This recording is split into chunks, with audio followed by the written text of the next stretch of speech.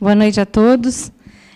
Realmente, o doutor Otávio tinha assuntos muito interessantes para discutir. Não vou discutir, abordar nenhum deles, porque eu não sou advogada, então não me sinto à vontade realmente de discutir esses assuntos. Mas tem um não menos importante, que seria sobre o contrato de locação. Então, tem muita coisa que a gente vivencia no dia a dia, que é a minha área realmente.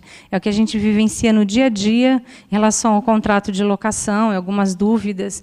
E muitas vezes, deixamos, às vezes, de fazer alguma locação porque não vemos muitas alternativas. Então, pelo tempo, então vim dividir e somar com vocês um pouquinho mais de conhecimento aí na área. Tá? Em locação, nós temos algumas modalidades, que seria a locação residencial, que ela é celebrada pelo prazo de 30 meses, não podendo ser inferior, para que o locador tenha, o proprietário tenha direito à denúncia vazia. A locação não residencial, que também, que às vezes foge da gente esse conhecimento. Às vezes a gente tem lá uma locação que a pessoa não consegue comprovar de alguma forma, ou não quer fazer. Eu tive um caso recente que o proprietário do imóvel não queria fazer um contrato superior a 12 meses, mas também não queria perder direito à denúncia vazia. E, por sorte, neste caso, o locatário, o inquilino, ele era dono de uma empresa. Então, nós fizemos a locação em nome da empresa e ele, como diretor, pôde ser o locatário. Neste caso, foi possível fazer um contrato de locação por 12 meses sem que o proprietário perdesse o direito à denúncia vazia, porque aí ele entra como se fosse um contrato não residencial. E sendo ainda tendo a possibilidade da pessoa residir. Então, algumas coisas assim que a gente vivencia no dia a dia e que traz, às vezes, a gente acaba esquecendo de alguns desses detalhes, né? O prazo aí, no caso, 12 meses. A locação comercial, que não seria não residencial, que a gente trata mais sendo comercial, que ela pode ser pelo prazo de 12 meses, no mínimo. E aí, o restante, sempre a combinar. A gente sempre faz comercial sempre cada 12 mesmo, né? Ou 24, 36. A locação por temporada. A locação por temporada é utilizado para a prática de lazer, cursos, tratamento de saúde, feitura de obras em imóvel, e outros que dependem de um curto prazo, porque esse contrato de locação não pode ser superior a 90 dias. E este valor, a garantia pedida, pode ser normal, qualquer uma, constante no artigo 37, só que passando o prazo dos 90 dias, se o locador não se manifestar no interesse de retomar o imóvel e ele não for notificado, ele não pode mais ser recebido antecipadamente, passa a ter a validade, ele se prorroga por tempo indeterminado, e, neste caso, o proprietário só terá direito à denúncia vazia após 30 meses. Então, isso é uma coisa assim, muito importante que a gente tem que observar, inclusive nós, administradoras, de que essa responsabilidade é nossa, né, desse cuidado de observar esse prazo, que não se estenda, porque, realmente, um contrato por temporada não pode ser renovado. E, às vezes, a gente pede, quando é contrato de temporada, na maioria das vezes, a gente pega um depósito. E, às vezes, tem caso que eu tenho casos lá que, às vezes, o depósito é de apenas um mês, que o proprietário aceitou dessa forma. Se a gente, de repente, deixar que ele se prorrogue, nós vamos ter lá um contrato com uma garantia de apenas um mês de aluguel, né?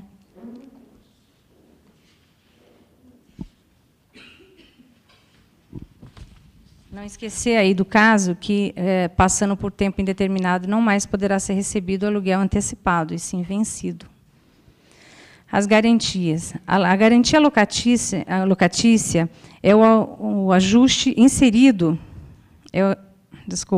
na locação, que visa dar ao proprietário uma segurança no que diz respeito ao pagamento do aluguel e demais encargos da locação, que poderá ser mediante a entrega de dinheiro de um bem móvel ou imóvel, ou seguro-fiança.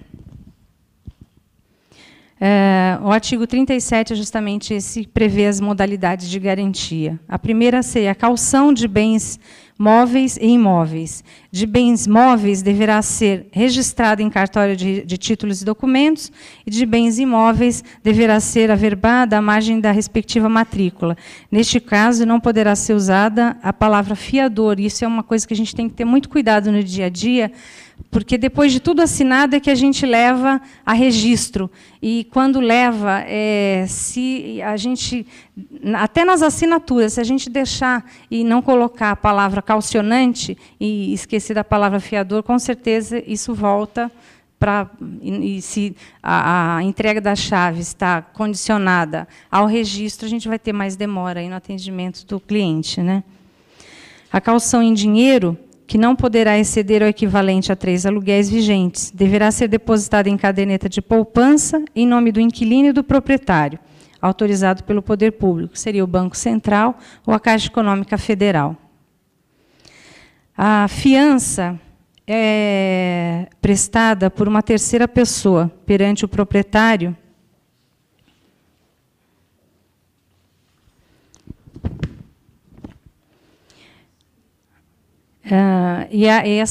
neste caso, o proprietário, essa fiança vai ser dada como a garantia, o bem, que aí, no caso, me desculpem. Então, para que uma fiança seja prestada por uma terceira pessoa perante o proprietário, garantir as obrigações assumidas pelo inquilino, pode ser fiador todos aqueles que são maiores ou emancipados e estão com direito à livre disposição dos bens. Então, o imóvel tem que estar sempre livre e desembaraçado para que ele possa servir como garantia. Vou falar agora um pouco da empenhorabilidade, que é uma coisa que trouxe para a gente aí algumas dores de cabeça, né? A lei do inquilinato, no intuito de facilitar as locações, excluiu a empenhorabilidade do imóvel residencial do artigo 82 do parágrafo 3º da Lei 8.245/91. O que, do contrário, exigiria que o fiador tivesse, no mínimo, 2 imóveis. A decisão do, então, ministro Carlos Veloso, do Supremo Tribunal Federal, com a alegação de que um contrato gratuito de favor não poderia permitir que o único teto seja tirado, que chegaria a ser perversidade jurídica, de que o imóvel residencial, sendo o único, o bem de família, portanto, impenhorável, mesmo que tenha sido dado como garantia de fiança em contrato de locação de imóvel. Isso nos trouxe sérios transtornos, visto que os locadores passam a se sentir inseguros, apesar de não ser lei, pode cada vez mais adquirir força, trazendo-nos mais dificuldades nas realizações das locações, que é o que hoje a gente... nós temos muitas pessoas que, quando chega, quando vamos tratar uma proposta, eles questionam muito em relação a isso. Não é lei ainda, mas eles já se sentem inseguros com isso. E nos trazem grandes problemas na hora de fechar a locação, porque o inquilino já é difícil para ele conseguir que alguém seja fiador. Ainda ele pedir, ainda procurar no mercado alguém, um amigo que tenha 2 propriedades para poder servir como garantia, torna mais difícil, né? Então, ainda que haja cláusula de duração da responsabilidade do fiador, até a concreta entrega das chaves, pode ele exonerar-se da fiança por sua conveniência, se o contrato sobre ela incidir de determinar no tempo o que acontece. Justamente foi o que veio a trazer uma outra questão para nós. Todo contrato de locação ele tem um tempo, e, neste tempo, o fiador é responsável. Como diz, né, a cláusula de validade de fiança, até a entrega das chaves, não pode ser interpretada como um beco sem saída para o fiador. O único a não poder dar, por fim, a locação, e o único a dela nada extrair de proveito. Então, em relação ao fiador, com certeza isso veio trazer boas notícias, porque as pessoas, às vezes, é fiadora de alguém por 10 anos e nem amizade tem mais e está lá condenada. a ser fiador sempre. Agora, o que traz para nós, administradores, a responsabilidade é que hoje, se um contrato de locação não for renovado e colhidas as devidas assinaturas, ou então, quando se faz um aditamento ao contrato de locação, seja qual for o motivo do aditamento, é necessário, extremamente necessário, a anuência de todos, principalmente a do fiador. Ele não se torna, ele pode não ser responsável por um ajuste de aluguel, porque foi feito um acordo entre as partes, ele não é mais responsável, pode não ser, e pode exigir esse direito dele na justiça, de que ele não assinou um novo contrato, portanto, ele pode sim pedir exoneração de fiança. Então, cabe a nós, administradores, zelarmos por essa segurança, né, de cada fim de contrato, realmente fazer a renovação deles. Que aí, no caso aqui, também fala da questão dos aditamentos, né? Tem uma súmula 214 do STJ, que é justamente sobre o fiador na locação não responde por obrigações resultantes de aditamento ao qual não anuiu. Então, essa é a nossa maior responsabilidade aí nesse sentido.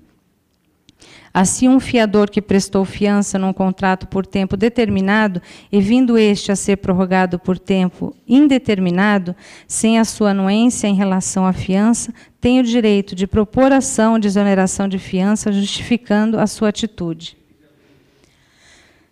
O seguro fiança locatícia. Ele tem por objetivo, que seria a outra modalidade permitida no artigo 37, quer dizer, que seria o seguro-fiança, tem o objetivo de garantir o proprietário dos prejuízos que poderia sofrer em decorrência de inadimplemento do contrato de locação pelo inquilino, em razão do não pagamento dos aluguéis e demais encargos de locação, desde que contratados. Aí tem uma outra grande responsabilidade nossa, das renovações de apólice de seguro. Nós tivemos, eu soube de um caso recente, onde foi feito seguro-fiança, só que, na verdade, normalmente a gente contrata com uma empresa e eles fazem alguns parcelamentos, a seguradora. E, nesse parcelamento, o último cheque voltou. E a corretora de seguros não comunicou à imobiliária e toda a correspondência ia para a corretora. Quando houve a inadimplência, foi caracterizar o sinistro, é devolvida a carta dizendo que não havia seguro, que tinha sido cancelado. Então, nesse momento, é a hora que a gente tem que escolher bons profissionais e empresas realmente sérias, que, apesar de cometer o erro, como qualquer um de nós aqui está sujeito, ela assumir essa responsabilidade, e nós temos a preocupação de procurar esses bons profissionais e a gente também não deixar que essas coisas tem que finalizar. Nós temos que olhar até o último cheque, se foi dado em cheque, até o último cheque, para saber se foi compensado, porque acho que todos aqui sabem que, quando o proprietário responsabiliza, ele não responsabiliza a seguradora ou a corretora, e sim o profissional que levou esse nome até eles, e normalmente somos nós, né? E aí ele não tem base nenhuma de quem é essa empresa, se ela atua no mercado, como que ela está no mercado. E aí, neste caso, ele confia no que nós dissermos. Não esquecer, aqui, no caso, a responsabilidade de vigiar e zelar pelas renovações das apólices e cuidar de fazer seguro com empresa que tenha realmente credibilidade no mercado. Bom, gente, na verdade, eu trouxe esse assunto, que é um assunto que, para a gente lá, ele traz bastante aprendizado no dia a dia, porque sempre a gente vivencia alguma coisa nova. Realmente, eu não teve aqui, como o doutor Otávio adoeceu, não teve tempo de eu trazer mais matérias para a gente poder discutir, então eu trouxe um pouco do que a gente vivencia no dia a dia. Muito obrigada.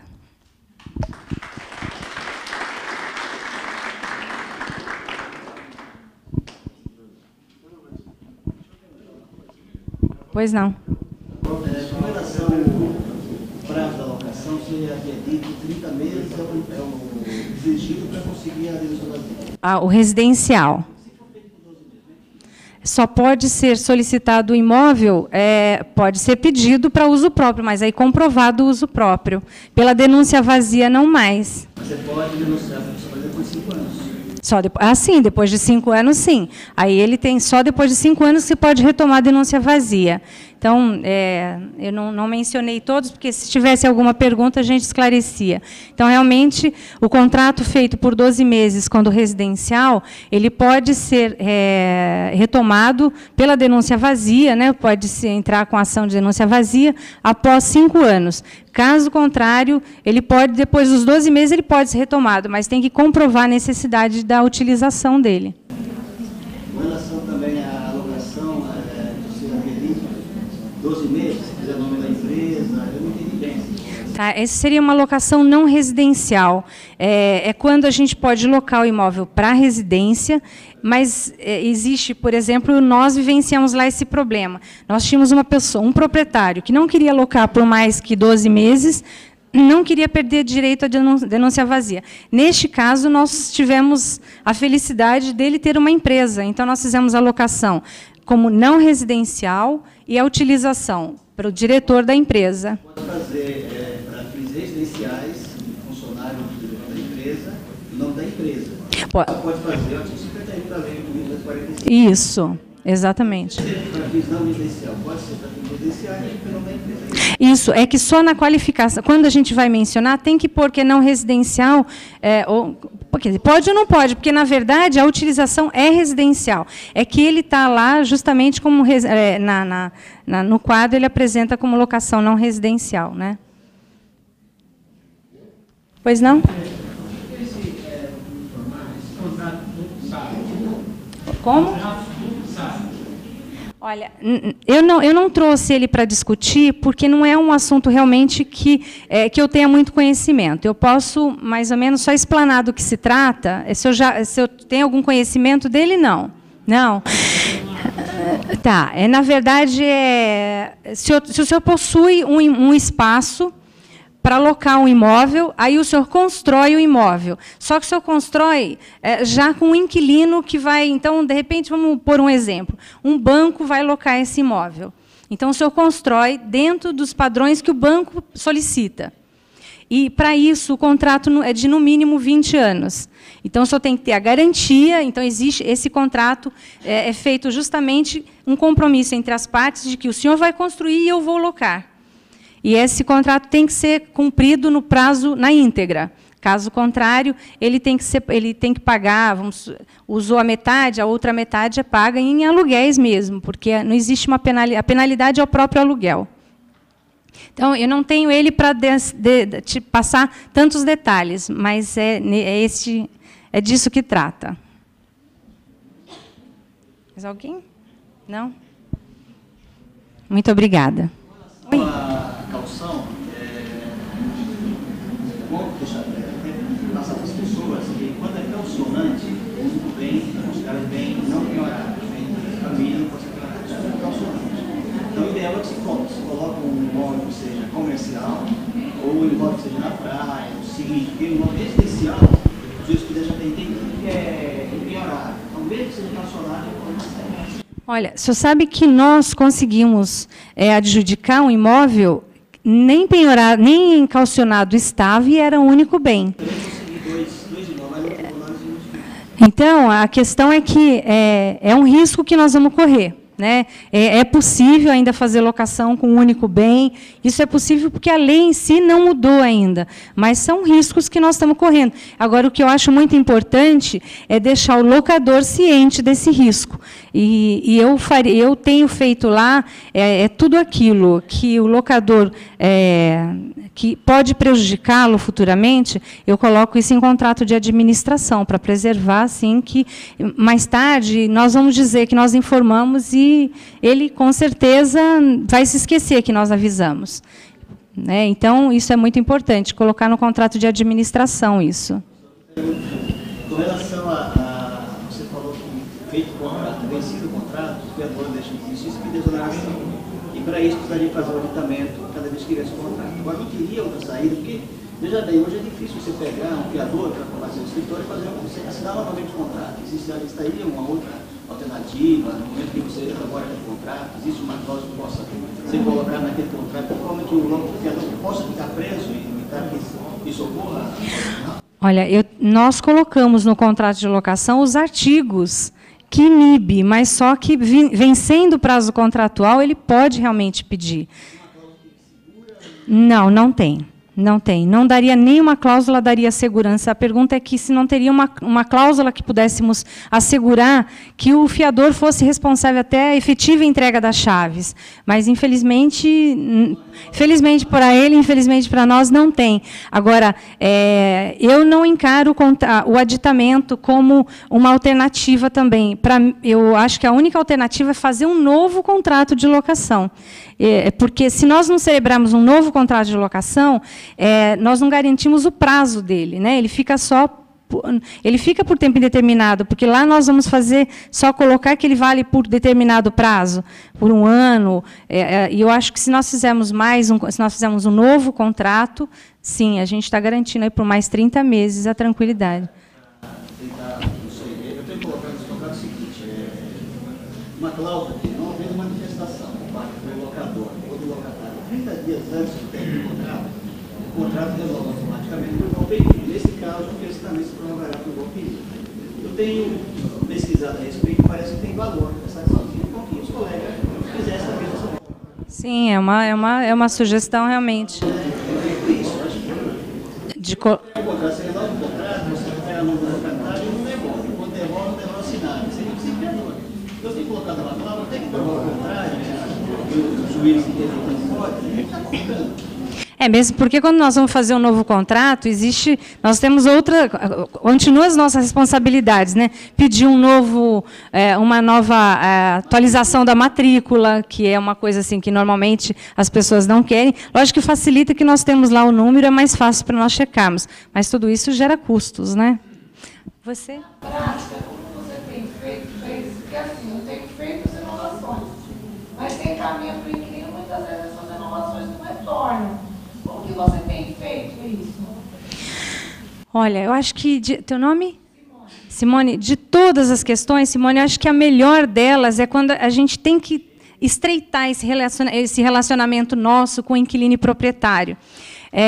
Eu estava comentando até com o seu João lá fora que a gente acho que tem que buscar trazer mais os inquilinos em palestras dentro da imobiliária, junto com proprietários, que facilita uma série de coisas, como, por exemplo, hoje a gente tem uma dificuldade imensa na entrega do imóvel, às vezes depredado, o proprietário, quando a gente vai locar novamente esse imóvel, ele não quer negociar porque teve um prejuízo imenso. Então, se a gente conscientizar o inquilino de que ele utiliza um imóvel, tem que utilizar ele com mais consciência, porque isso vai facilitar uma nova locação.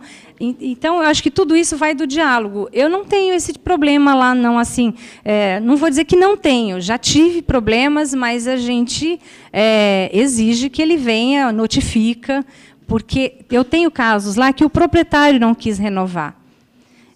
Porque, lógico, que isso também gera um custo para nós, e ele tem que nos pagar esse custo, o proprietário. Então, às vezes, ele não quer pagar esse custo, deixa desse jeito.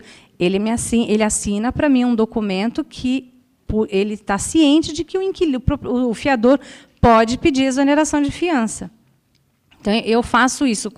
Agora, se o inquilino não quer assinar de forma alguma, eu estendo isso também, essa responsabilidade também para o locador, que ele não quer, e neste caso, não tem muito o que fazer. Agora, é deixar o proprietário ciente, e por escrito isso, Simone, de que o locatário se recusa, e nas dificuldades de locação de hoje, se você for, às vezes, se indispor, você pode, porque se você pressionar demais, ele vai falar, talvez, que quer desocupar o imóvel. Aí, talvez, o proprietário não queira esse imóvel desocupado. Eles não se recusam, eles conformam. Só que você faz, eles não devolvem. Aí você fica, você liga, notifica, não gera... Não, realmente existe, sim. Não dá para a gente dizer que todos são compreensivos, né, a ponto de realmente não nos trazer esses transtornos. Mas o que você poderia argumentar com ele é que o fato dele estar com um contrato vencido, o proprietário pode pedir a qualquer momento. Então, se ele tiver um contrato garantindo mais 30 meses para ele, ele não corre esse risco. Ele não precisa saber que o proprietário, né, nem sabe dessa condição. Então, isso é uma das coisas que nós utilizamos. Então, isso, você sabe que isso é muito importante da gente falar, que são coisas assim que é o que nós vivemos realmente no nosso dia a dia, né? São essas dificuldades de contornar o que arrumam, esses problemas que arrumam para esses desafios, né, que arrumam para a gente. Então, essa também é uma alternativa, de que ele tem mais segurança com um novo contrato assinado. Pois é. Só na renovação do contrato, que às vezes a gente mexe também, a dificuldade, às vezes, que o inquilino está encontrando, muitas vezes é o fiador, ele não quer assinar mais, outra assinatura, está querendo já sair fora daquela locação, então ele fala, não vou assinar, então também não tem essa dificuldade. Nem tanto inquilino que não quer assinar, às vezes é o fiador. Mas você concorda que, neste caso, ele é um bom candidato a pedir exoneração de fiança? Claro, isso que eu estou falando, por isso que eu falei. Então, talvez seja a alternativa, a oportunidade que você tem de mudar a modalidade de garantia dele, ou passar por um depósito, ou passar para um seguro-fiança. Tudo bem, aí, para imobiliária hoje, se você tivesse todo o seguro-fiança, seria ótimo. A questão é que, às vezes, a pessoa, mesmo querendo fazer, você não tem a condição de desembolsar um seguro-fiança hoje. Não tem, ou calção depósito. Mas você sabe o que eu tenho lá? Eu tenho casos de proprietário que paga o seguro-fiança em menos vezes e dilui isso durante 12 meses para o inquilino poder pagar. É uma das alternativas que você vai ter que fazer, utilizar isso agora. Tem. Então, tem as alternativas. O que é bom é isso, é que a gente tem algumas saídas. Agora, neste caso aí, se você tem uma pessoa que não quer, a melhor alternativa é você se preservar. Neste caso, é falar com o locador, porque ou vai pressionar o inquilino e ele vai realmente querer sair do imóvel, ou então o proprietário também dar ciência de que é um risco que está correndo. Porque, senão, mais tarde, se não fizer nada, mais tarde, para o proprietário, vai ser considerado uma má administração, porque ele não foi informado disso. Eu, às vezes, ele evita de levar o proprietário para fazer. E, às vezes, você leva o proprietário, tem uns que entendem, outros já ficam, olha, paga você agora, mas depois você não paga o aluguel, não vou receber mais. Seu nome é? João. João, eu divido o máximo possível com eles. Vai chegar uma hora que você vai ter que dividir. Mas eu divido, sabe por quê? Porque quando ele for cobrar você da sua responsabilidade, ele vai te cobrar. E ele não vai ter pena de você em cobrar a sua responsabilidade, não é? Às vezes seria melhor a gente devolver o imóvel para ele, porque ele ficar com a responsabilidade. Dividir com ele.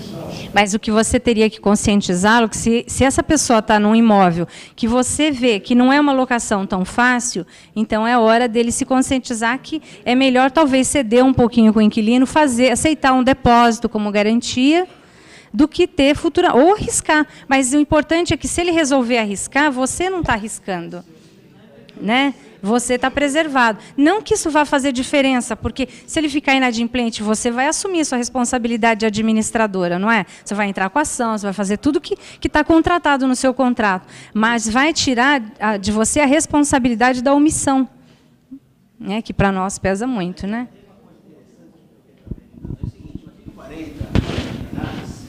Ela fala o seguinte, que havendo qualquer das hipóteses, o vereador falecer, já vendeu o patrimônio, aí você pode exigir uma garantia, deixa eu colocar pode. Uma cláusula que, ocorrendo a hipótese, o artigo 40 da lei 8.145, o locatário estará obrigado a fazer seguro-fiança. Já põe no contrato isso aí, ele está obrigado a assinar a documentação e pagar o seguro-fiança. Se o IPR nem correr na multa lá de seguro-fiança. Mas isso é discutível, né? Porque o seguro-fiança não depende só dele como uma caução, depende dele aprovar uma ficha. E hoje, para se aprovar uma ficha no seguro-fiança, é muito complicado. Mas aí, no caso, você diz no caso dele não renovar o contrato. Se ele se negar a renovar. Tá. Morreu, se o fiador perdeu o matrimônio, insolvente, assim por diante. Então, você pode exigir outra modalidade de garantia. Aí eu já posso seguro-fiança, que é uma garantia no meio, uma das melhores. Eu acho que tudo que nós fizermos que puder ajudar é sempre bem-vindo. Né? A gente não pode esquecer que isso não é uma coisa que a gente vai conseguir, que seja garantido de se conseguir. O que nós temos que tomar cuidado é que aquilo que nós colocarmos no contrato, o proprietário acha que é um direito. E, às vezes, esse direito nós podemos pedir, mas não conseguir. Né? E aí é que ele pode se sentir enganado. Então, por isso que eu tenho locações lá que a pessoa tem... acho que pelo menos uns 30, 40 cheques devolvidos. Eu fiz a locação, não comprova a renda, não tem problema, só que no contrato de administração está escrito, em negrito, que ele autorizou a locação ciente de tais restrições, assumindo, assim, as responsabilidades. Eu assumo a minha responsabilidade de administradora, vou entrar com a ação, fazer tudo o que eu tenho que fazer, porque está contratado lá. Mas ele não vai me acusar de omissão e nem me criar problemas sobre isso, que eu acho que é o que a gente tem que mais preservar, realmente. Normalmente, ele assina o locador. Então, no momento que ele assina o contrato, você não está representando, ele não pode cobrar uma responsabilidade que não é tua. Ele pode cobrar a responsabilidade do contrato de prestação de serviço, a condição da locação. Não, ele assinou. Mas você sabe o que é? Quando a gente tem cliente que ele é de muito tempo da empresa, o que está escrito, o fato dele ter assinado, não diminui a nossa responsabilidade. Porque ele já é cliente há tanto tempo que a gente se sente responsável pelo que... E muitos deles assinam e depois, nossa, Ana, eu nem li isso aqui. Eu assinei e nem li. Tem que ler, mas eles não leem porque já têm confiança. Então, eu entendo isso que você falou, realmente é uma alternativa. Mas quando ele chegar para você e falar assim, mas você não falou nada para mim, eu não tinha conhecimento de que isso aqui podia ter outra saída. Né? Então, o que eu digo assim, é que nossos clientes lá, eles são clientes de muitos anos. E eu vivencio isso porque eu trabalho há 20 anos na mesma empresa. Então, tudo que eu falo, eu tenho que tomar muito cuidado, porque lá na frente eles cobram de mim. E eles não pensam duas vezes, bater lá na minha porta e falar, você me falou tal coisa. E eu tenho que ir lá e ir atrás de resolver o que eu prometi para ele. Então, é isso que eu digo, existem algumas alternativas, mas quando a gente tem algumas responsabilidades com o cliente, ela não vale muita coisa. Pode valer se for para a justiça, lá, mas para a gente no dia a dia, às vezes, não. Né? Você colocar cláusula alternativa, não ficar na mão do locatário, tem que ficar...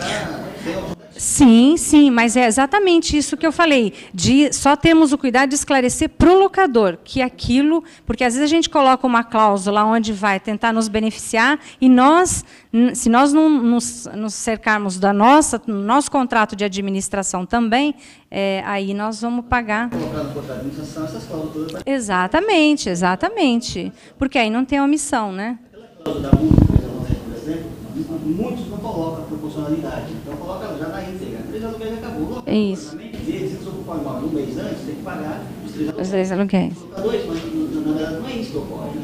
Não, é proporcional ao tempo, né? Você tem que colocar no contrato, que a multa corrente, no caso de ocupação, é proporcional ao tempo restante, a 403 lá do Código Civil. Então, se você não colocar isso, o locador, você tem que pagar 3 aluguéis. Aí você está dizendo agora, você fica no estacionamento.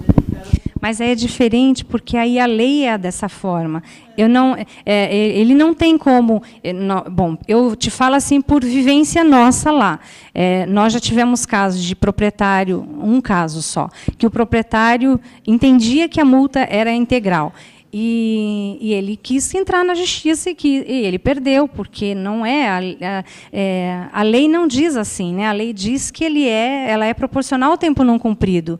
Então, tudo aqui, mesmo que está no contrato, que o inquilino é ciente de que, independente de qualquer coisa, ela vai ser paga sempre integralmente, ele também pode recorrer a isso, aí não vai mais da gente, né? Aí não somos nós que decidimos. Eu digo só esclarecer para ele as coisas que não é obrigação dele, sim nossa sabermos, que somos nós os profissionais da área e temos obrigação de informá-lo, né? Pois não? Quando o locatário ele não tem nada para servir como garantia da locação, os recibos de aluguéis poderão ser representados por notas promissórias, e se ele tem ciência de que, se ele não pagar o aluguel, pode incluir o nome dele e o valor no Serasa ou protesto. Não, mesmo porque não é uma prática natural e não é previsto em lei isso, né? Não é previsto. Poderia até ser feito dessa forma com a anuência do locador. Isso pode ser feito, porque desde que seja com a anuência dele, mas nós temos aí, de qualquer forma, uma única pessoa responsável pela locação. Então, neste caso, seria mais fácil pegar um depósito calção, que ele, pelo menos, está dentro dos padrões normais de locação, que seria os 3 meses, dificilmente a pessoa não... Ou eu tenho caso lá que o proprietário concordou em fazer calção de apenas 2 meses. Então, às vezes, é mais fácil trazer para isso, que é mais nossa realidade, do que a nota promissória. Então, neste caso, ele tem o porquê, talvez, se preocupar, que ele tem lá um dinheiro guardado na poupança e retomar isso no final. Então, realmente, da nota promissória, eu não tenho nenhum caso assim na prática para te dizer, mas eu não faria. Eu acho que, se nós temos outras alternativas para poder resolver, eu acho que outras alternativas seria mais seguro, porque ele continua sendo ele mesmo. Então, se ele honra a palavra dele, vai honrar ali para não ter uma ação de despejo por falta de pagamento. Tanto faz para ele uma ação de despejo por falta de pagamento ou uma execução no cartório, seria a mesma coisa, né? Se a pessoa não vai pagar, é porque ela não tem possibilidade mesmo. Então, uma ou outra não ia fazer tanta diferença. Certo? Pois não? Voltando no caso da renovação do contrato de locação, não sei se você já teve algum caso, quando a recusa, por exemplo, você envia para renovar o contrato, o fiador não assina em um locatário. Não sei se você já fez alguma notificação extrajudicial ou judicial para ter força de lei futura. Não, não fiz, não. Não cheguei a fazer, porque os casos que eu tive lá, ou o inquilino foi taxativo em não querer renovar, porque ele não queria incomodar o fiador. Aí, neste caso, eu dividi a responsabilidade com o locador, e nos outros eu consegui a assinatura. E outros casos a gente mudou a modalidade, porque em alguns casos, quando a gente teve que correr para renovar os contratos, que a gente deixava tudo por tempo indeterminado, naquela correria lá eu já passei por quase todas as experiências. Então, a gente chamava a pessoa para vir tomar um café, e aí argumentava e colocava o que era de bom para ele, o que era de bom a segurança do locador e dele também. Então, neste caso aí, a gente não teve nenhum. Assim, os que ficaram sem renovação foi porque o locador também teve ciência disso. Juridicamente falando, no caso de uma renovação do fiador, você tendo essa notificação judicial ou extrajudicial, dificulta mais esse pedido dele, porque ele tomou ciência do caso, e você vai declinar todo como se fosse um aquitamento do contrato. Quer dizer, lá na frente pode dificultar. Não sei se você já teve algum caso. Não. Bom, eu não sou advogada, mas eu entendo assim que uma vontade minha não faz com que perca o direito do outro. Então, vamos supor, a minha notificação para ele, dizendo sobre o fato da renovação, não faz com que ele tenha aceitado essa notificação. Então, eu não acredito, temos aqui um advogado que acho que pode até nos orientar melhor, de que isso vá dar alguma vantagem a nós em relação à renovação. Dá, doutor? Não, né? Tá.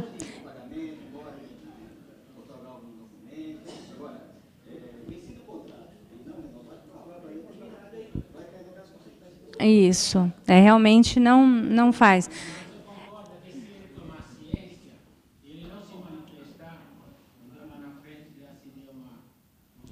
Mas o senhor sabe que, às vezes, aí tem duas... Pode ser que o senhor está se prejudicando com isso. Talvez ele nunca se desse conta de que ele tem esse direito e passou a se dar conta a partir do momento que ele foi notificado.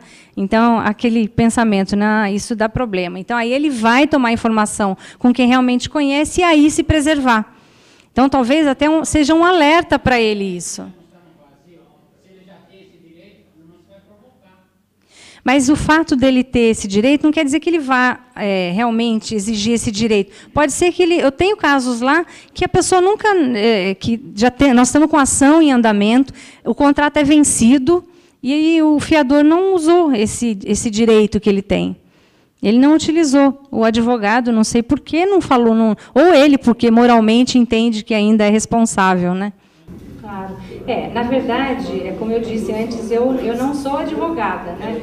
O que eu passo para vocês, o que a gente está falando é o que a gente vivencia e que nessas renovações, quando nós fazemos, é lógico que a argumentação da renovação nunca é demonstrando ao inquilino o receio da exoneração de fiança, e sim um novo contrato, garantindo o tempo dele, mais um tempo, sem que ele corra o risco do proprietário pedir. Então, o que eu particularmente coloco é que, mesmo que isso não tenha, é bom para nós, como administrador, estar sempre renovando esses contratos. É uma forma de nós sabermos as pessoas que venderam os imóveis e hoje não tem mais a garantia, porque hoje são pouquíssimos, só nos contratos de valor muito alto é que estão caucionando, mas fora isso ninguém cauciona. E com isso nós não sabemos quando esse fiador vendeu esse imóvel.